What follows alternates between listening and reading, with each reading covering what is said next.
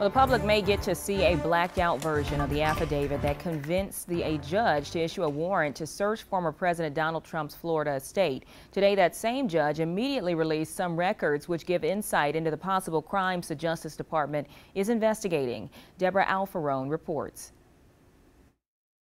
On Thursday, attorneys representing CBS News and other media organizations asked federal magistrate Judge Bruce Reinhart to make the affidavit behind the search warrant for former President Trump's home public.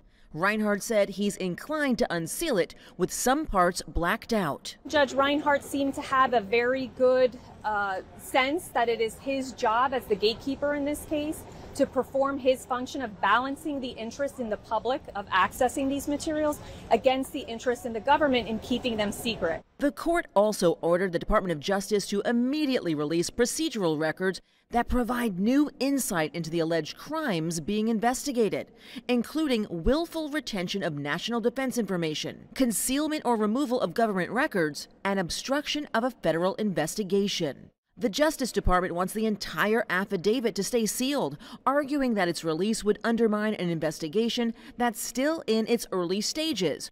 But the judge said the DOJ had not met the high threshold for keeping the document under wraps. He gave the department's lawyers a week to submit a version with their proposed redactions. I think we can look forward to discovering a few more tantalizing. For the most part, we're not going to see the core of what we're all very interested in, none of which will be good news for former President Trump. Mr. Trump has publicly called for the affidavit's release.